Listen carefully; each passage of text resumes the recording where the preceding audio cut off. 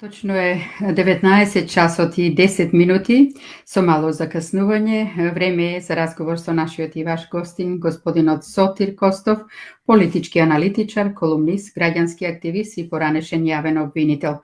Се надеваме дека се ќе биде во ред и нема да имаме проблем со линкот. Господине Костов, верувам се слушаме. Добро ви утро и добро ни дојдовте на Македонски корен. Добро ве најдов, дали се слушаме? Да, одлично, повелете.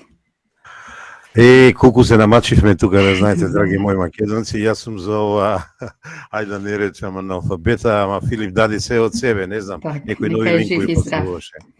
Добро, за вас е добро вечер, така? Да, добро вечер. Ајде, Јони Бети, да сте ми живи и здрави, вие и сите македонци во Австралија, и еве да се обидеме да си поразговараме за нашите македонски прикази.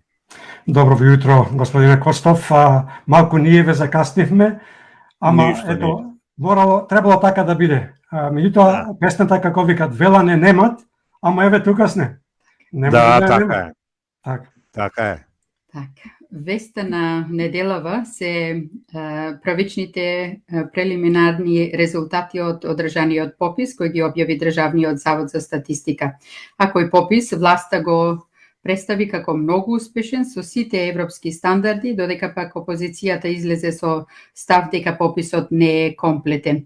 Според податоците кои ги објави директорот на Државниот завод за статистика Апостол Симовски, попишани биле 1.836.713 жители, од кои според резултатите како македонци се изјасниле 58,44% или во бројка 1.073.299 македонци, а 24,3% албанци, или тоа представено во бројка 446.245.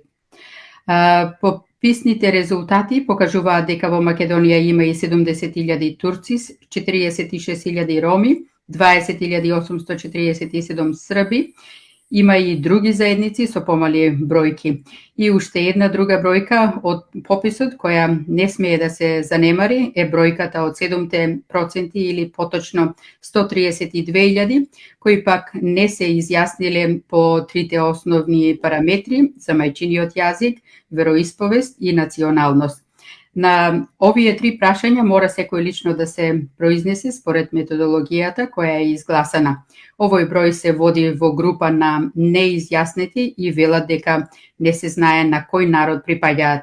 Велат не се знае, но очигледно е дека преку 95% од оваа бројка припаѓаат на македонскиот народ. Ваше видување за резултатите од пописот и дали овие 7%, односно 132.000 кои претходно ги спомнавме, не се изјасниле, ќе се користи за повторна поделба на такви и онакви, тема со која ќе се дефокусира македонската јавност од она што вистински се случува во разговорите со Софија и Скопје. Па бети, за разлика од македонските статистичари или делот од власта што го спроведуваше пописот, јас ќе бидем многу конкретен и јасен.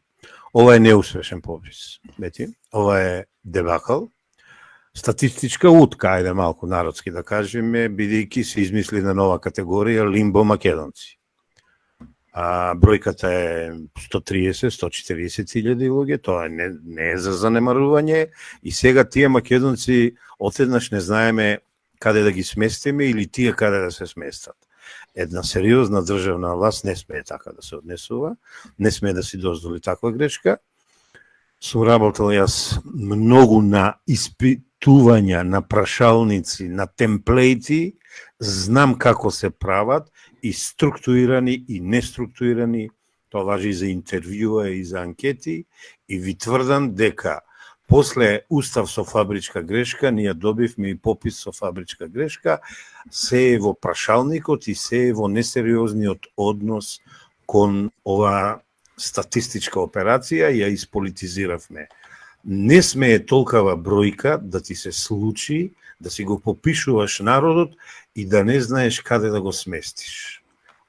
Толку конкретно, ако сакате подпрашајте ме нешто, но промашено, значи пописот е промашен. Јас би рекол, ова е многу повеќе отпис, еве на тие 132.000, а и не се само тие, каде е тука ние ја навредивме диаспората, нашата заедница македонска во Европа, во Канада, во Америка, во Австралија си ја навредивме.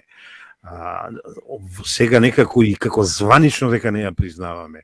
Јас ви тврдам дека само организирани беа припадниците на албанскиот дел од луѓето што живеат како во диаспората и во Македонија, си се растрчаа нивните министри, си ја направија нивната кауза, а нашите македонци се непреброени. Па треба ли ја вас да ве подсетувам, вие многу добро знаете што значи една мала битола во Австралија.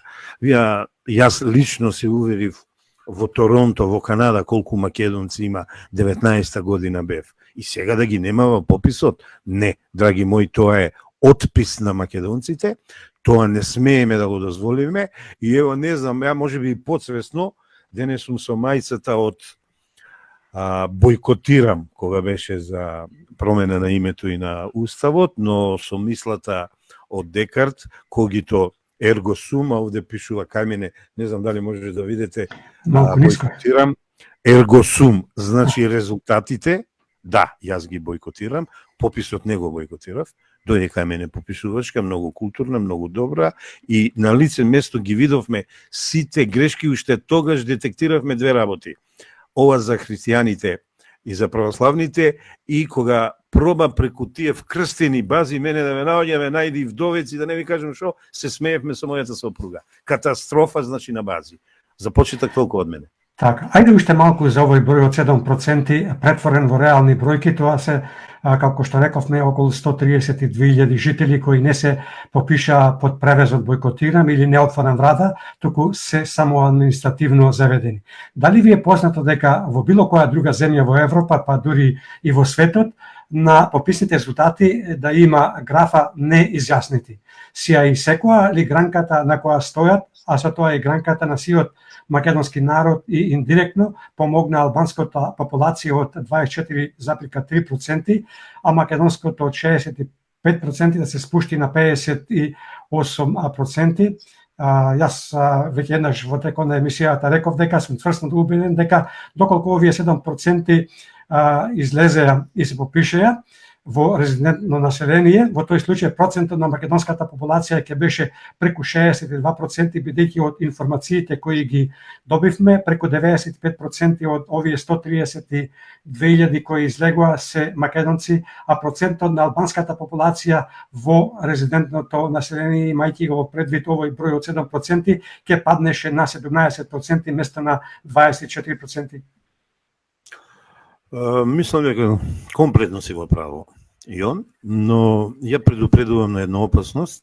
Ако влеземе во некои конкретни сега разработки, ја мислам ние ќе влеземе во замката што ни е поставена.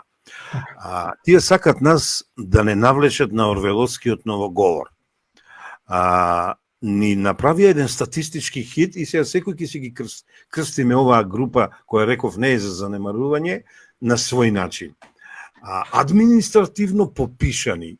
Па сега те молам јон, а како сум јас? Не административно попишан. Убав разговор со попишувачката кој дојде и не попиша и ги видовме на лице место. Не мислев на тоа. Мислев на стварно дека беше прекрасна попишувачка и таа ги кажа, ја тогаш видов дека има големи пропусти во припремата на пописот, во обуката на пописот и ако сакате во неструктурираните прашања од прашалникот за пописот. А сега вака, ти самиот ги кажа овие опасности и лично мислам дека еве јас влегувајќи во таа замка на орвеловски новоговор од страна на власта и на статистичарските експерти под наводници, јас велам дека ние од пред некој ден веќе имаме македонски статистички Бермудски триаголник. Сите многу добро знаете што е Бермудскиот триаголник, како феномен, каде што се губат луѓето во просторот и времето. Еве ни се случи и нам во 21. век, на почетокот на третата декада, македонците со, да ми простеш, окус-покус, сад га видиш, сад га не видиш, да не ги снемува. Ние треба да го дигнеме гласот против ова. Ние треба сега, како граѓани, да покажеме револт, да покажеме несогласување, да се одважиме, да не почна полемиките, можеме ли да признаваме, да не признаваме. Па како нешто да признам кога гледам дека е неприродно? Имаш реалност и имаш имагинарна состојба. Реалноста ја гледаме и ја чувствуваме, а нас сака да не преселат во имагинарната состојба, дека ептен сме почнали да се намалуваме. Видете, демографската слика на македонското општество не е убава. Ги гледаме основните параметри и можеме да кажеме дека сме крајно незадоволни. Но сега збориме на реалната основа на која треба стратегиите и политиките за нашиот развој во следните 5, 10, 15 и 20 години ги даваме, ние ќе го правиме тоа на некои трули даски или штици, што ви рекле моите кочанчани. Значи, во тој дел убаво си приметил дека тие 7% ќе видат камен на сопнување и додека не се разјасни. Сега види, ја можам, како експерт па за избори да ти кажам дека ако го ставиме, ќе испаднат многу повеќе бермудски триаголничиња. Ако само споредиме, пазете, иако не е тоа баш најекспертски и стручно, бројката на изброени државјани во Република Македонија, попишани, и бројката на избирачкиот список се поклопува. Плюс, минус некоја илјадарка. Ами, и онда те прашам ја сега тебе, кај ни се децава? А кај се младинциве до 18 години? И под 18 години. Значи, ние и така сме веќе старо општество. Но, дали сме толку стари да немаме млади до 18 години? Значи, некој игра мајта. Тоа види, тоа е неукос. Тоа е необразованост и тоа е зла намера. Некој да си набил да некои проценти што ти ги спомна, а јас согласувам со тебе. Меѓутоа ние му дававме оружјето да се играат со нас со неизлегувањето, барем тоа е нашиот став од самиот почеток на пописот. Да. Меѓутоа сега бараме правниот лек кој на жалост можеби не можеме да го најдеме и нема да го најдеме, имајќи предвид кој раководи со Македонија. Сосема си во право, но види, лек постои лек. Ако добро се организираме, сега ги кажам, види, последици ќе има во сите пори на општеството. Во најмладите, ги спомнавме децата. Во образовниот систем, семејството ни страда. Значи, економијата, социјалната, да не ја зборувам. Ние треба прво да се организираме граѓанскиот сектор. И на позицијата и на опозицијата, значи и на власта и на опозицијата да им кажеме дека крајно несериозно е спроведен овој попис. Не се работи дали го признаваме или не, туку бараме да се спореди со европските стандарди на Евростат и да видиме доколку одскокнува од таа стандардна вредносна рамка, пописот мора да биде повторен. Колку и да сака да чини, тој колку и да чини ќе биде многу ефтин ако ние ги добиеме вистинските параметри. Сакате по број на луѓе, сакате број на домакинства, сакате број на станови, на автомобили, на се. Бидејќи ние никој пат запустеното село нема да си го развиеме, ние никој пат пренаселените градови нема да ги урбанизираме како што треба, ако ги немаме вистинските бројки.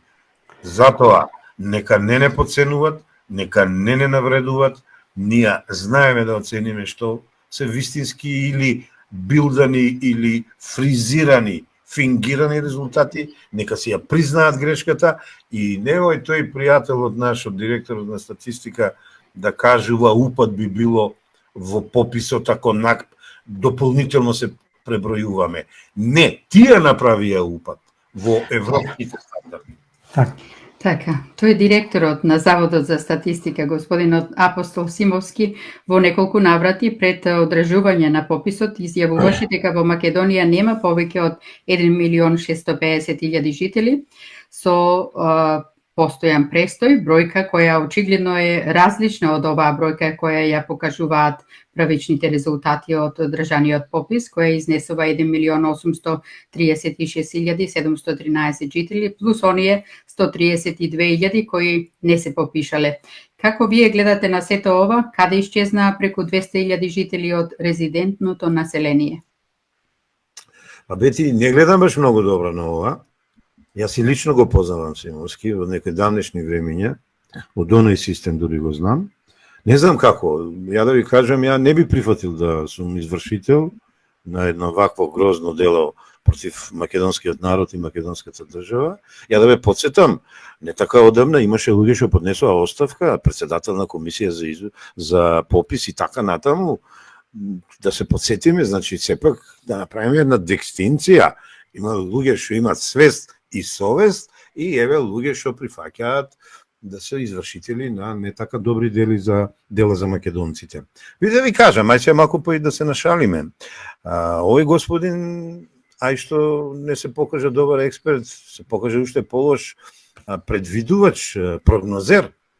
Бети, ти си уловила дека он пред известно време ни кажа една бројка што сега драстично се разликува од бројката што ја добивме, ама баш таман од прилика за толку колку што ни ги сокрија македонците, сакате во македонската заедница на Добра Македонија, сакате во Македонија. Многу несериозно, нестручно, неекспертски и би додал ја неодговорно и мислам за тоа некој треба да се поведе постапка за одговорност. Ама, знаејќи дека ние со моралните, со етичките норми и со категоријата одговорност не стоиме баш најдобро, ја се сомневам во тоа. Туку знаете како, кога го изгубивме името, бевме неорганизирани, не фатија некако на спиење, се сеќавате ли кога почнаа да ни чачкаат бугарите по јазикот, по идентитетот, како почнавме организирано. Јазичарите, историчарите, граѓаните да се организираме со петиции, со јавен притисок и успеавме. Еве, 2 години ние даваме отпори на таа работа, што се надевам денески за тоа ќе поразговараме. Ние вака треба за оваа многу сериозна операција статистичка да дадиме отпор во поглед на прифаќање на резултатите.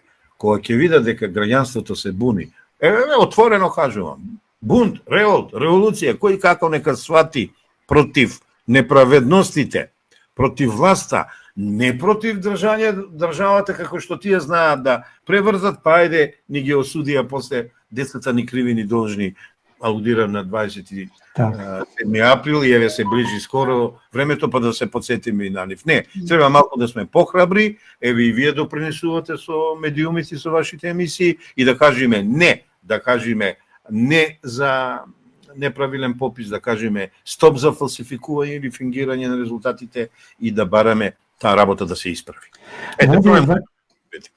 Така, во овие 2-3 дена слушаме изјави кои доаѓаат од повеќе страни дека резултатите од овој попис нема да се почитуваат, дека нема да ги признаваме. За да не бидеме погрешно сватени, овде сакам да потенцирам дека и ние се сложуваме со ставот на сите оние кои велат дека овој попис има многу нерегуларности, фалинки и неправилности и во нас е сомнешот дека се направени одредени договори на тандемот Заех Ахмети и е штелован бројот, но тоа према нас не менува ништо. Резултатите од пописот се веќе реалност, сакале тоа да го признаеме или не. Прашањето околу почитувањето и непочитувањето, признавањето и непризнавањето од поодамна не носи никакви резултати. Тоа се покаже и со референдумот, и со промената на уставот, и со промената на името, и еве сега со резултатот од овој попис. Зошто ние, македонскиот народ, се уште не можеме да научиме лекцијата на превенција, туку секогаш, отпосле, откако ќе се изгориме, бараме леп. Кој треба да сноси спрема вас најголемата одговорност за сето ова? Ајде од крајот да почнам. Власта и никој друг. Значи, извршната власт и делот од институциите кои беа задолжени за подготовка, делам на 2 процеса јас, и на реализирање, па дури ако сакате и на сумирање на резултатите. Еве, 3 фази јас делам, сите тие се одговорни и нема бегање од тоа. Сега, многу добро детектираш и он мора да приметам, ова е многу незгодна ситуација. Пајте сега, 20 години бевме непопишани, губевме многу. Конечно се попишавме и фабричка грешка не испадна пописот. Верувај ми, кога размислував што и како јас, еве, се уште не ми е напишана колумната за пописот, најверојатно ќе ја напишам во понеделник, за да го дадам мојот глас како на човек на јавност, како експерт, како аналитичар. И ја на почетокот се бунев што да правам, но, пазете, треба добра организираност, треба детектирање на гаповите се или тоа, на пропустите во подготовката, реализацијата на пописот и во сумирањето на резултатите, ангажирање на експерти, ви се молам. Бидејќи јас и ти добро воочуваме, но јас, ево, за тебе не можам да зборувам, ја не сум експерт за статистика.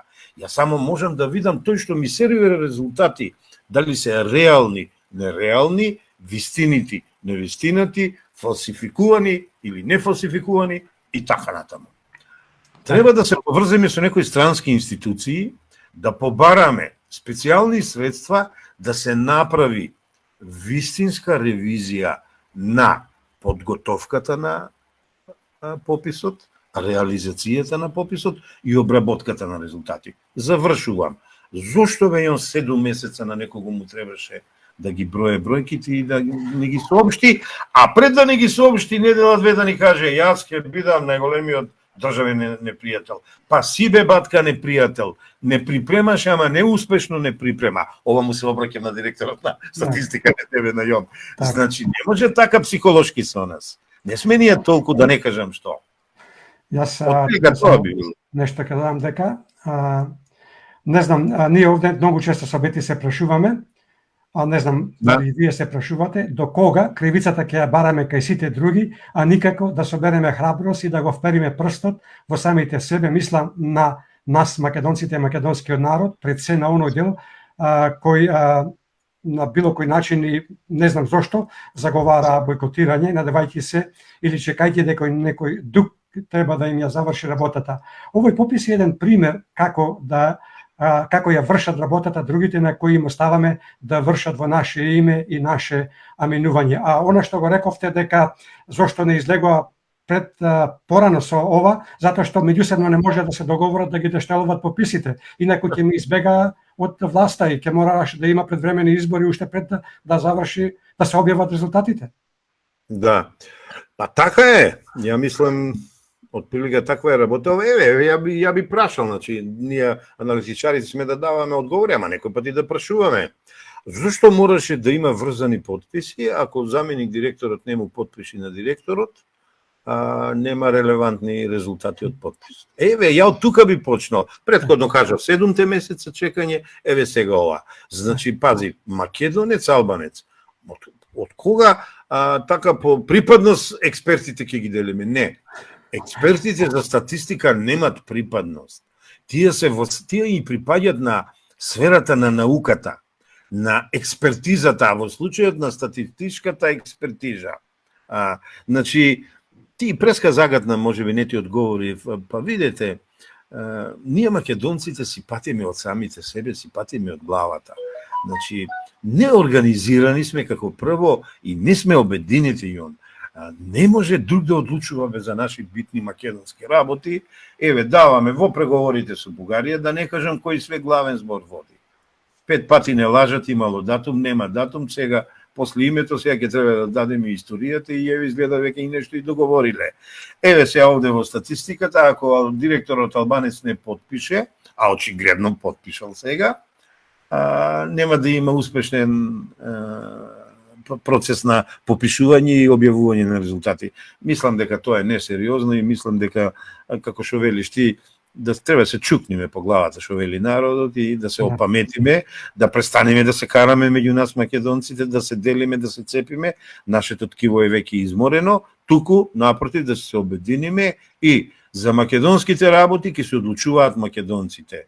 Историјата македонска ќе си ја пишуваат македонските историчари. Браво, видиш така, ме дополни. Статистика ќе прават македонци, мислам македонска статистика на Македонија, на македонскиот народ. Од прилика се такви моите размислувања. Господине Костов, вие доаѓате од правната фела и веруваме дека доста добро сте запознати со правната материја. Може би не сте експерт по меѓународно право, но најверојатно добро го познавате истото. Дали Македонија може доколку сака да се повлечи и да ги прекине некои од меѓународните договори, вклучувајќи ги оние договори кои што ги склучила поранајшната Југославија, пред се оние во Обединетите нации, а кои договори се однесуваат на Македонија? Ако одговорот е да, во тој случај зошто актуелната власт останува глува на таквите можности, но и глува на експертските укажувања дека се направени многу повреди на конвенции, закони, права и правда? Во прашањето ми одговори. Добро, одиме малку во една стварно сериозна работа, бидејќи пребројувањето, пописот, статистиката е еден дел од животот, а сега веќе збориме за екзистенцијата, општествена, политичка, национална и мислам треба да видиме ептен сериозни. Бети, правото е многу сериозна работа, за да може секој да се бави со право. Ова го мислам на оние луѓе кои го политизираат правото, кои го газат правото. И мислам дека крајно време е да направиме услови правото конечно да ја победи зла политиката. Значи, до сега политиката секој пат од разни интереси, најчесто туги интереси вон Македонија, го победуваше, ако сакате, македонското право, значи внатрешното, државното право, каде што зборуваме за внатрешен државен суверенитет и интегритет, а исто така и меѓународното. Ја определен дел од мојот живот се бавев 6 до 7 години со меѓународното право, кога бев национален координатор за прослава на Денот на Европа, 9 мај, а имајќи го предвид дека 22 години сум во воздухопловството и се бавам со меѓународно воздухопловно право, не ми е далека оваа материја, да ти кажам. Но, знаеш како, има еден вид кога се договарат некои да оговарат, па од каде да почнеме, јас се овде ќе оприменам, од каде да почнам за да правото владее. Види веќе, да ти кажам, сијасет процедури, норми меѓународни и принципи се прекршени од нашите источни соседи бугарите, од нашата моментална власт и ние никако да се организираме тоа да го, ќе употребам збор, санкционираме. Што значи тоа санкционираме? Ова власт да ја симниме од власт, а на нашите источни соседи бугарите да им кажеме: ако тие мислат и понатаму дека ние не постоиме, македонскиот народ, ако тие и понатаму мислат дека македонскиот јазик е бугарски јазик, ние нема што да разговараме со. Треба да ни прекинат разговор. Тоа, јас сум го кажал пред 3 години во една од македонските телевизии и сум рекол: не воопшто да ги прекинеме сите меѓудржавни односи. Ќе пријавиме во Брисел дека ни се врши дискриминација национална, државна, јазична. Има уште, ама овие се најаки се овие. И ќе кажеме: или ќе отворите нормите на меѓународното право, на Европска унија и ќе погледните кои се европски вредности и ќе споредите со тоа дали Бугарија ги спроведува и да санкционирате, да и кажете дека се однесува нецивилизацијски, нехумано, или ние со нив нема да разговараме. Што дозволивме ние? Ние дозволивме меѓусоседските односи да се над стандардите за влез во Европската унија. Срамота.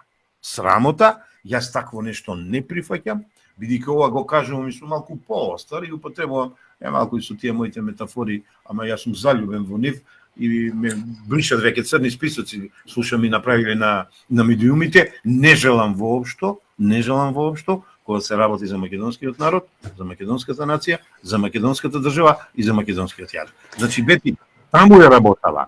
А сега, ја дури, кога ги видов прашањава, ја и како да ти кажам, една листа проверувам, ја никога не читам, па во разговорот ќе ти ги кажам сите кои правни меѓународни акти, норми Бугарија ги прекрши. Повела за Обединените нации, да не ви читам членовите. Универзална декларација човекови права, меѓународна конвенција расна дискриминација и така натаму, во разговорот може би ќе кажеме и некои други. И ние молчиме, тоест нашата власт молчи. Па тоа е недозволено. Па тоа е недозволено. Сосема се во право дека треба да почнеме да размислуваме за нашиот државноправен континуитет. Ја држев една теорија да ви кажам. Дека ние не требаше повторно да се запишуваме во Обединетите нации. Ние сме запишани како федерална државна единка кога Југославија е запишана, ние само требаше да се преформулира. Имаше такво размислување во владата на Клюсев, тоа го работеше синот на Ченто, кој беше министер, мислам, без ресор, без портфел. Но не се прифати таа идеја. Демек, одново од почеток, па еве сега што ни прави.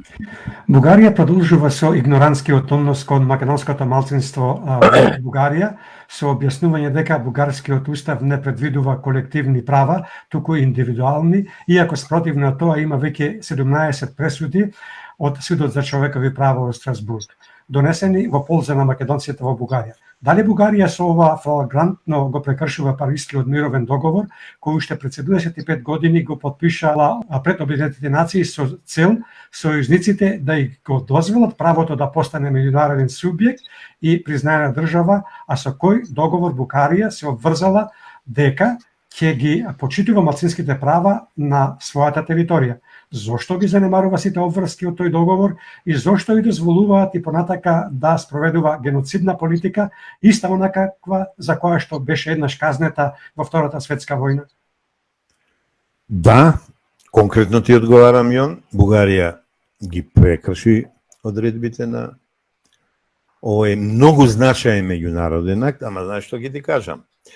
Тие ниту го читаат, ниту го толкуваат, ниту го спроведуваат, не им одговара. Се правдаат со нивниот устав.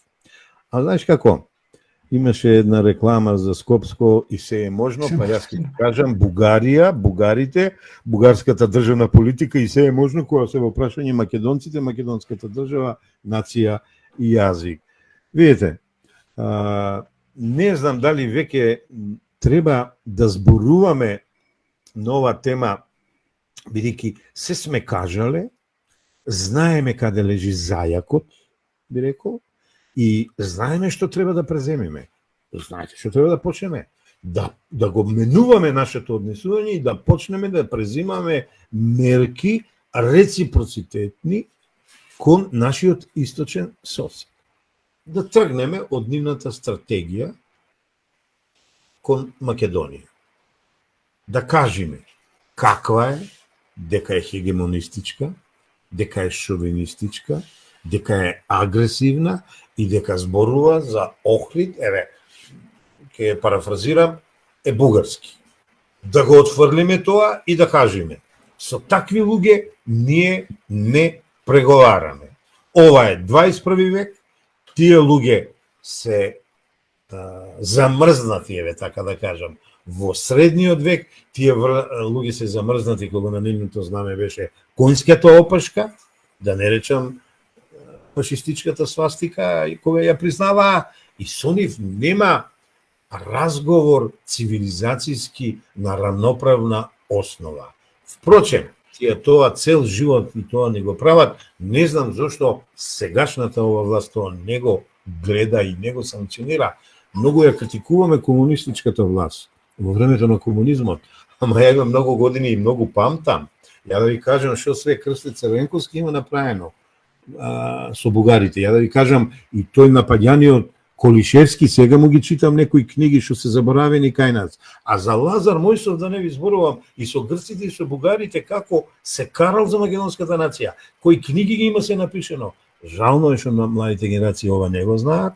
Сегашните државници не ни се државници, тие се некои политиканти и што сега ќе се молиме на Господ? Не, треба конечно да избериме луѓе кои ќе ја представуваат достојно македонската нација и македонската држава и рамноправно. Така. Дали непочитувањето на мировни договори може да биде вовед на војна и дали Македонија може да поднесе тужба до Судот на човекови права во Страсбург за непочитување на Европската конвенција за човекови права од страна на Бугарија, за непочитувањето на 17 пресуди што се донесени таму. И према вас, зошто досега тоа не е направено и дали одговорот треба да го бараме во несакањето, немањето на волја или некадарноста? Да, може да биле вовед во војна, ние веќе водиме војна, бар јас така се чувствувам, но не она конвенционална со оружје, туку се бориме за нашата македонска кауза. Иако јас сум пацифист, не сакам војни, еве не оправдавам и ова војна најнова, ама не е само таа. Запнале Украина, има 20 и кусур војни во моментот во светов, а некако како жртвите да ги делиме. Но да се вратиме на нашето прашање. Неодговорно е тоа што го прави ова држава, Бети, ова државна власт што ме прашуваш, и лично мислам дека да, треба да почнеме со тужбите, бидејќи да ве потсетам. Ние сме победници во областа на правото. Ние грците ги победивме. Ние имаме пресуда и мангупски и грците и нашиот стратешки партнер американците и државната власт ја изфингираа таа пресуда, ја игнорираа и не натераа сами се осменим името.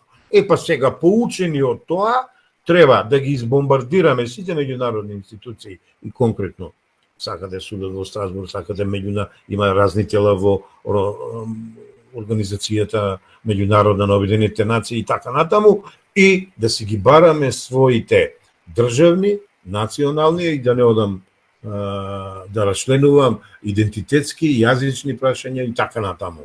Конечно треба да почнеме да се однесуваме одговорно и малку повеќе да го цениме како сопственото внатрешно право, државно, со уставот, така и меѓународното право.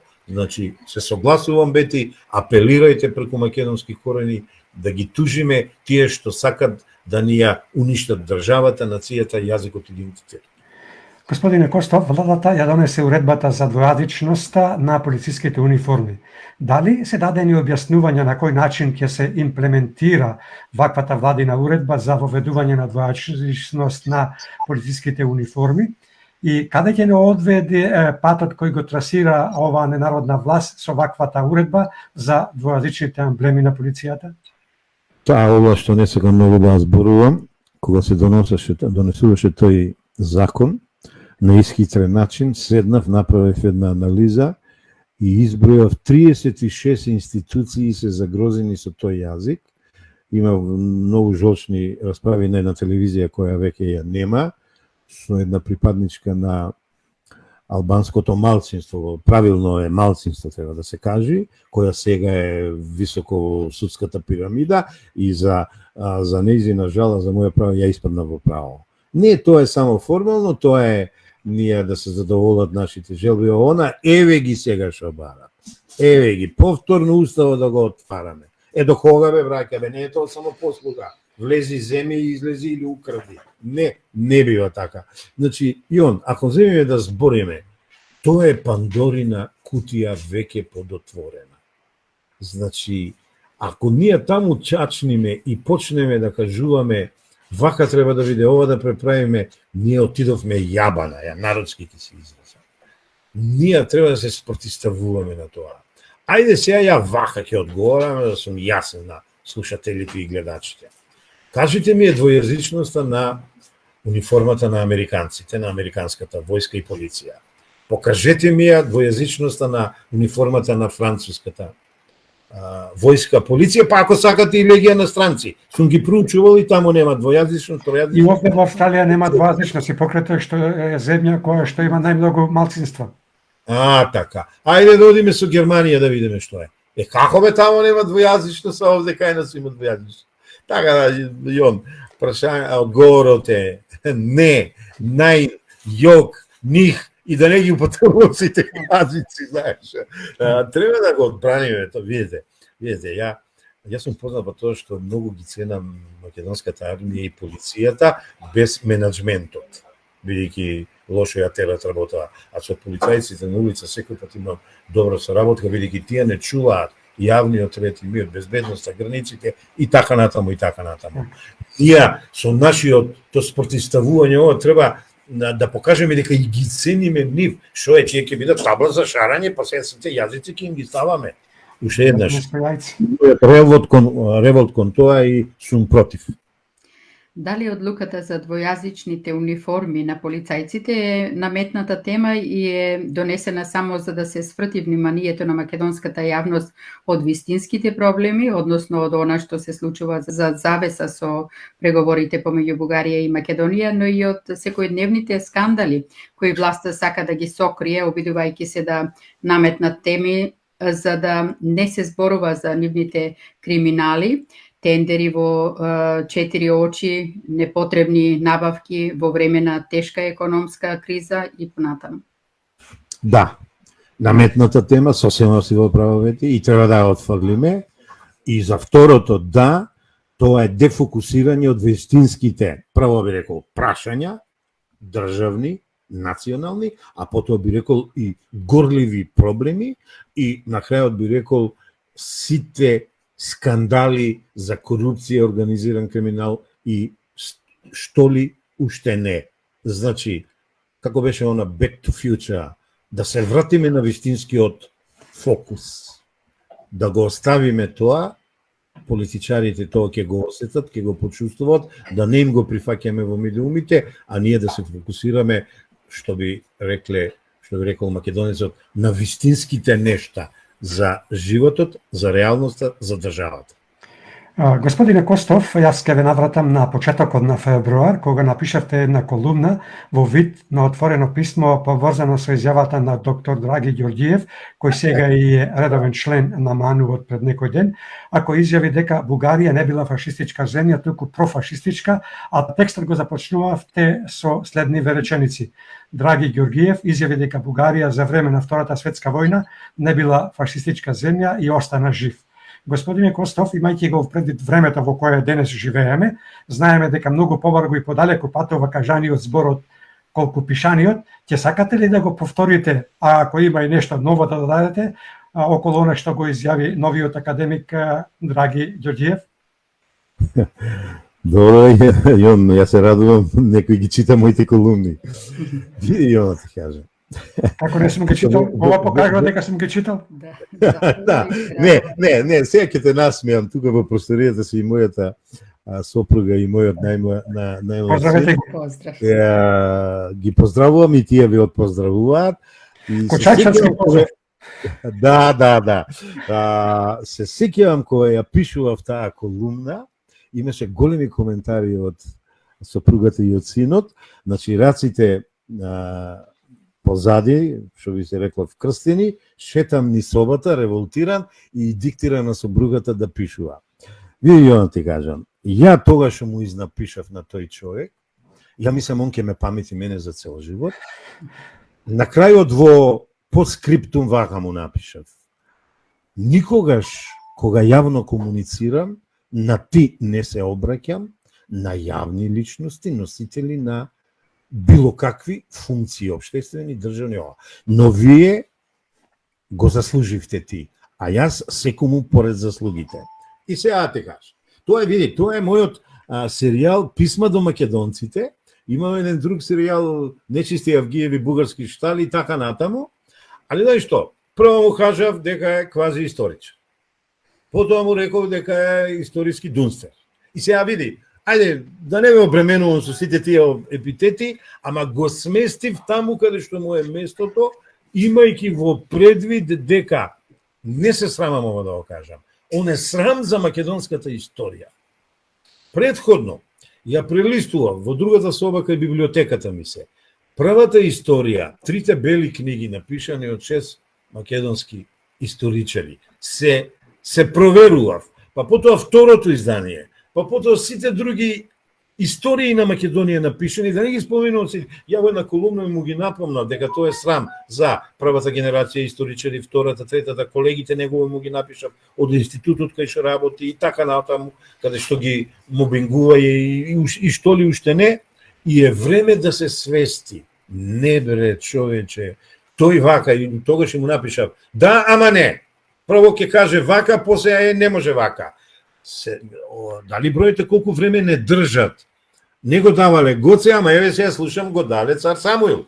А едно да ти кажам, ако го ти дадеш цар Самуил, ти и Гоце ќе го дадеш и он. Значи, ти си навикнат да даваш. Ако не е и даден веќе. Не се дава, не се дели со никого. Значи, немој да ме нервираш и он да зборувам со тој човек. Значи, ја знам, како ми се смеја, моите најмилите, најсаканите, викам, пишувај брзо, оно, викам, никој без вака не се бил.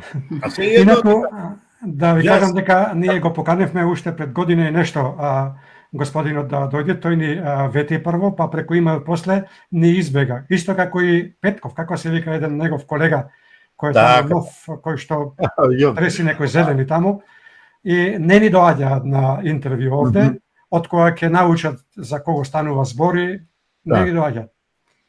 Па знаеш како? Исто како и министерот на външни работи Османи. Еве да ти помогнам, Јон. Значи, вие сте македонски корени, па он ги бриши македонските корени.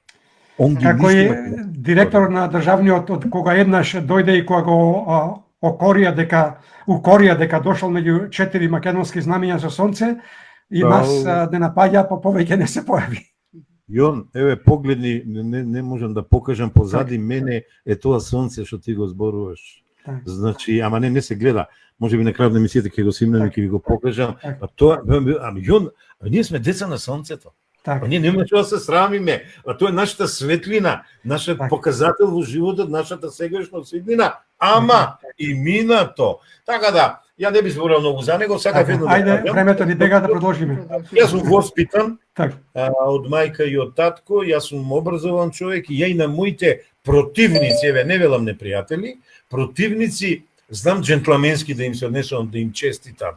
Ја овој пат не можам на тој човек да му честитам таков срамен избор за академик и веднаш да кажам, јас се срамам што ние имаме такви академци, па били и новопечени.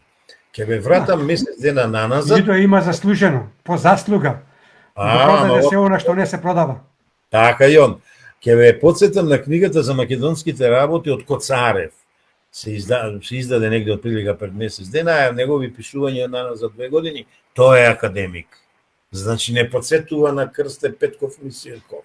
Ни ги дава сите работи. Господин Костов, тие што се впишани во книгата судени за македонските работи, барем ќе се сеќаваат луѓето. Ние сме судени за македонските работи со Бети овде од наши македонци, ама не сме запишани во таа книга. Па не, види, има други книги, немој да се сеќаваш. Има други книги каде што се сите болки, сите рани отворени, затворени, запишани на македонците. Имам и такви осудени за Македонија 3 книги, да не ти ги покажам сега. Него сакав да ти кажам, ние треба да правиме дистинкција кој е вистински историчар, кој е квази историчар, кој е академик, кој заслужил во тој храм на науката и уметноста да твори и понатаму до крајот на животот, а кој не заслужил. За жал овој човек не го заслужи тоа. Ја користам приликата и јас да го повикам на јавен дуел и му ветувам, нема да го навредувам. Ке пројде исто како дуелот што беше на само вистина со бугаринот. Не, тој е македонец, ама отпосле освестен бугарин. Добро. Не мога да побрзаме, господине Костов. Го знам од Кавадарци тој човек јас. Го знам 15 години, го знам. Да, повели. Како ќе ја искоментирате изјавата на Павле Трајанов од Демократскиот сојуз дека владата ја изгубила смислата и ги спроведува само политиките на ДУИ и на алтернатива, но и неколку зборови за тоа зошто Трајанов и покрај ваквата изјава се уште е во владата како коалиционен партнер на СДСМ? Ќе бидам краток и јасен. Значи, Павле Трајанов да престане да биде лицемер политички.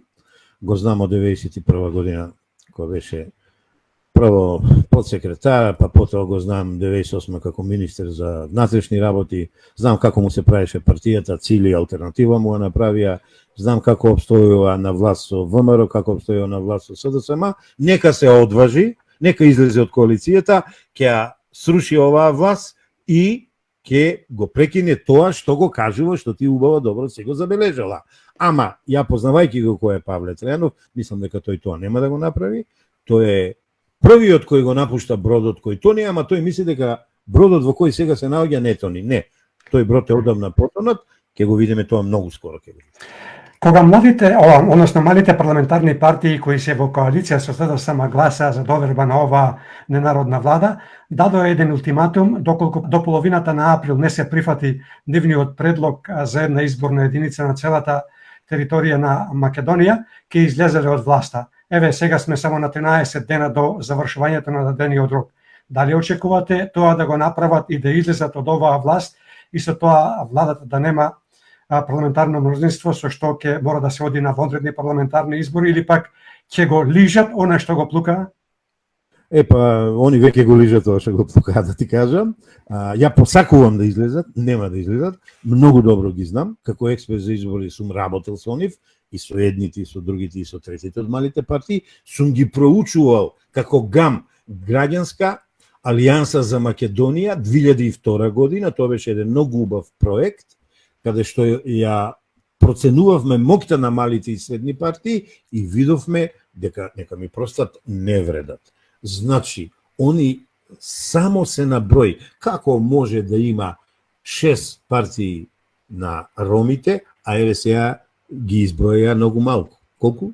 Некаде 46.000. Како може да има 4 партии или 5 на властите, а се 9.000 на број? Да не ги споменувам и србите, и бошњаците и така натаму. Значи, тоа се најголем дел од нив формални партии и партии едносет, двосет, тросет, партии лидер, one man show, ама секој пат се прилепуваат до тие што се на власт. А инаку да се паметни, тие сега треба да излезат од власта, да срушат ова власт, да се заложат за реформа на изборниот систем, ама вистинска реформа. Не им ја лека една единица, ќе видите и таму ќе изгубат, они можат да обстанат само во коалиција со носечките, дали е СДС, дали е ВМРО ДПМН, и неколку од нив, 2-3, можат да екзистираат. Тоа е прво левица, која се повеќе и повеќе се развива, тука некаде е ЛДП, ама која има проблеми на теренот во организационата структура, и зелените, кои почнаа многу добро, се развија до еден ниво и сега се само не се зелени. Во тие три партии ја гледам перспектива на можни коалициони партнери, например, во една идна влада на македонскиот победник да не биде уценува од албанските партии. Имам цела студија за ова, можам да ги зборам ако сакате, нека биде само за овој пат. Так. Разговорот ќе го продолжиме со неколку блиц прашања на кои очекуваме блиц одговори, а ако е можно за не подолго од 10 минути. Сотир може. Започнеме повторно со темата попис.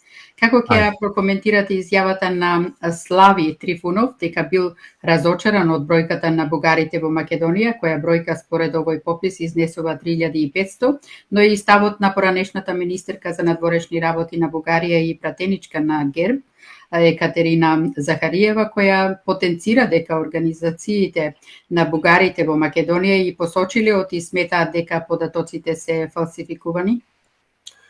Славе Трифунов е комедијант, а гледаме комедијантите водат војни малку посеверно и по-горе. Значи, опасна изјава, одма да ви кажам, несериозна, не ја прифаќам, со комедијанти многу слабо ги коментирам. Ова втора дама, госпожа, или како да ја наречам, ми е малку попозната, а поопасна е и од Слави, и таа е припадник на бугарскиот романтизам. Значи, еве ги се изброја. Толку се. Биле 1300, сега се таму колку ги изброја. 1504. И 500, значи, за 2 пати, 3 пати зголемување, никој не го кажува ова. Ама, они романтичарското си го бараат 120.000 бугарски пасоши. Нека си проверат како се давани, кој ги давал и колку пари земал. Како во Бугарија, така во Македонија, ќе видат дека таа бројка не им вреди.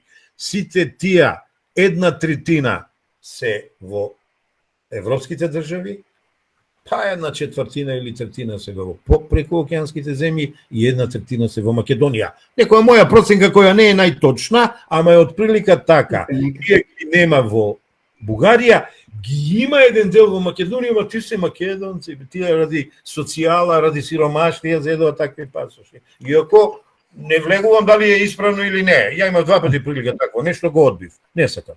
Која бев 2 пати без работа во мојот живот. Така, имајќи предвид дека Македонија беше дел од Југословенската федерација и кога се потпишувале меѓународните договори, тие важеа и во републиките што се посебни држави. Дали непризнавањето на македонското малцинство во Бугарија може да се протолкува како директно прекршување на членот 2 од Парискиот мировен договор? Дали Македонија како правен наследник на поранешна Југославија може да ги алармира Обединетите нации како гарант на тој договор дека Бугарија го прекршува Парискиот мировен договор од 1947 година во делот на почитувањето на правата на малцинствата?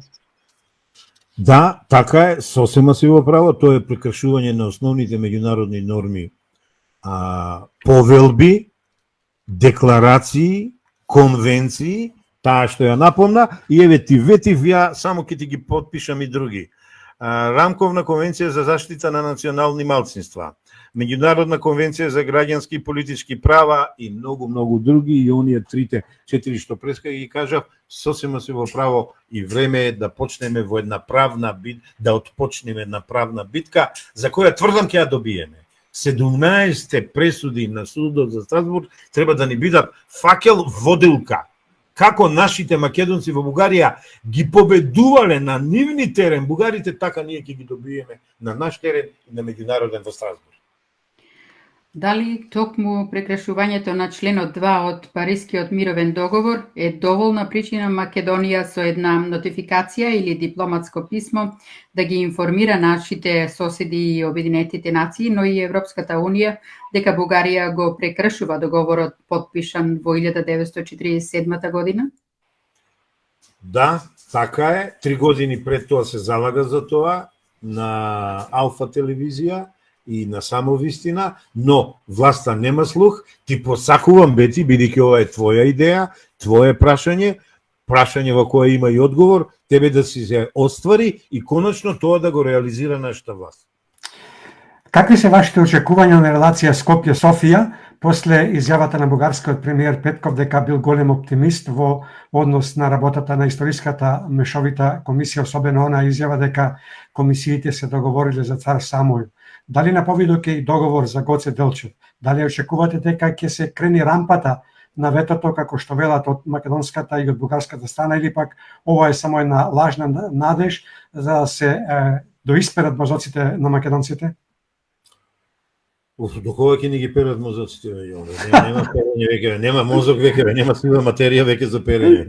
Не испрано. Да се нашалиме, малку сарказам, да бидам искрен малку. Вака, многу битно прашање, ама треба малку да го анализираме социолошки, психолошки и политиколошки профилот на овој нов премиер Петков, кој вака, како ќе го видиш, може да си мислиш Џон Траволта е, позитивна личност, ама до вчера кукаше дека македонскиот дел од комисијата бил ваков, онаков, немало напредок, негативна енергија, кликна некое копче, не знам, нечи телефон звонеше црвен или не знам каков, и одеднаш вчера слушаме позитивна енергија, напредок, он бил информиран. Чекај, од кого е он информиран? Зашо е он информиран? Какви се тие историчари што информираат политичари? Значи, сега се враќаме. Која историја они ќе ја преправат? Значи, тоа е историски ревизионизам. Инаку, да не оставам лоша слика, сакам да го решиме прашањето и проблемот со бугарите, но не на начин како они што сакат. Се плашам дека и они ќе не покрилат како грците, а тоа ќе биде равно на убиство, самоубиство и не знам што све на македонецот, на македонската кауза, држава, нација. Значи, на таков начин не смееме да го решиме прашањето. За нас се битни и подалечните корени, да не одам од Александар Филип, цар Самуил, светите браќа и така натаму тие востанија и ојона, и поскорешните од 18 век па наваму преродбата, револуцијата, државата и востанијата разловечко, кресенско, македонско, илинденско и НОБ кога е зацртана, заокружена државноста. Само така можеме да го решиме прашањето. Наша работа, внатрешна работа. Немој да ни се мешате, оставете не ние да екзистираме. Никого не сме нападнале, кон никого не сме се ширеле, сите се ширеле кон нас. Грците од југ, овие од исток, Србите од север, сите заземале македонска земја. Ние ничија земја не сме заземале, ничие име не сме загрозиле, ничиј идентитет не сме загрозиле, бараме реципроцитет и кон нас така да се однесува. Так. Како ќе ја прокоментирате правдата после онаа судска одлука околу палењето на канцеларијата на поранешниот председател Ѓорѓе Иванов среде Скопје за време на беснеењата на шарените, во кои беснеења имаше акти на насилство, беа повредени над 200 полицајци и недолжни граѓани, наспроти драконските казни за уставобранителите. И дали ќе дојде ден да се отвори процесот за шарената револуција пред се операцијата Облак, за да се разјаснат некои работи кои се уште се кријат од јавноста, како, например, како се пуштани пари од странство, на чии имиња, за чии цели, кои беа инволвираните во таа операција за рушење на легално избраната власт? Тоа е неправда, сосема си во права, Бети. Користам прилика да ги поздравам сите наши македонски патриоти кои се затворени, чмаат во македонските затвори. На нив изгради кариера сегашната председателска на Уставниот суд. Нека се срами, а на овие политичарите кои го дозволија тоа, така им треба, кога сега таа истата им држи лекции за Уставниот суд, како немала суди и така натаму. Јас се срамам од тоа, да ви кажам. Ке дојде време кога правдата ќе ја истераме за македонските патриоти. Еве ги поздравувам сите од Чендо преку припадниците на македонските национални издруженија, припадниците на полицијата и сите кои се затворени за тоа, неправедно затворени, а за овие шарените се знае, нема затвор. Или е некоја парична казна, или е некоја условна казна и така натаму. Но, едно да знаете, тој процес ние сме го отвориле. Тројца мои другари 5 години ги гонат, прво полициски, сега судски, а да ве подсетам, во Република што излегува оние шемите, од каде се пристигнувале парите и кои све мрежи на европски и прекуокеански се во прашање. Но, тие на еден начин се обидува да ги замолчат. Изворите се тука, да бидам искрен, јас ги имам сите материјали и да бидам искрен, чекам време, бидејќи ако сега ги потрошиме доказите и адутите, нема да истајаме правда. Кога ќе се создадат услови за праведно судење, ќе видите кои крокодили ќе излезат и за 27. април, и за шарената револуција, и за промена на уставот, како се мачени луѓето за да гласаат и за да променат, како се уценувани и како се подкупувани. Доказите ги имаме. Чекаме подобри времења. Господине Костов, се надевам дека после ова изјава дека имате докази, нема да ви пратат од полицијата да ви тропнат на вратата. Ама нека тропнат се, што ви прават. И така ме водат под некое кодно име. Ајде сега да не кажувам све. Инаку, господин Мицкоски на едно интервју пред некој ден обелодени дека не се откажува од протести на улица и дека тие ќе се случат кога ќе се создадат вистински услови. Тој повторно ги покани сите политички субјекти да се обединат околу ВМРО ДПМН и коалицијата за да ја струшат оваа ненародна власт. Имаше една интересна покана, а тоа е поканата до полицијата за да застане рамо до рамо со народот на тие мирни протести. Ваш став за овие две негови изјави? Очекувате ли полицијата да застане на страната на народот, со што на самите протести ќе им дадат поголема тежина на целта за која ќе се одржат, а тоа е промена на власта? Полицијата застанува, да те подсетам, на 27. април полицијата застана. На крајот донесува нови сили и почна тепањето, солзавците, шок бомбите и така натаму. Но, ја вака би рекол, ајде малку и така мотивирачки. Ајде, нека поведе некој. Ајде, што чека ВМРО? Нека поведе. Ја мислам, народот ќе дојде со Мицкоски со ВМРО, а да не зборуваме и за државните институции или припадниците на државните институции кои се сакат државата и кои во никој случај нема да одидат против народот. Но, треба некој да поведе и треба конечно да видиме дали ни се исчистени улиците. Одамна не нема на улиците. Господине Костов, имаме уште неколку прашања, сакаме да ги завршиме, ако може побрзо малку. Ти си шефот, кажувај. Како ќе ја прокоментирате? Не, Бети е шефот. Како ќе ја прокоментирате изјавата на окуражениот, охрабрениот од резултатите на овој попис, Али Ахмети, дека е прашање на време кога ќе барал отворање на македонскиот устав за да се отстрани додавката 20% од дефинирањето на албанците во македонскиот устав? Не ја прифаќам, ама сум кажал дека тој е единствениот вистински политичар во Македонија, државник кој знае што бара и остварува. Дојде со терористичка униформа, влезе во власта, си оствари се што посака. Мене ми се свиѓало тоа или не, секако не ми се свиѓа, но не можам тоа да не го истакнам и да го кажам. А зошто го кажувам? Па каде се нашите македонски политичари да направат нешто слично и да бидат виштински државници? Значи, јас тоа, како македонец, не го прифаќам, доста го отваравме уставот, ама тоа е тоа. Македонските политичари немаат многу јака рака и мускул да тропнат на масата, ги болела коската. Јовна, знаете, ово микрофонот што го држам саат време. Како раката ќе ме боли, ама многу си во право да ти кажам. Ајде македонски политичари, чујте го Јон и да тргнете во една победа за Македонија. Како ќе прокоментирате одлуката на владата пред се на шефот на македонската дипломатија Бујар Османи, кој при потполнувањето на амбасадорските места одлучи да ги испрати Теут Арифи на мисија во Европската унија, Виктор Димовски од Агенцијата за национална безбедност во Париз, Методија Белевски во Брисел, а Зоран Попов во Вашингтон. Дали Монара на партиска испостава на ДУИ и по кои критериуми е направен ваквиот избор? Без критериуми, без принципи, ама да ве насмеам. Значи, Теутер го банкротира Тетово, сега ќе банкротира Македонија на меѓународен план.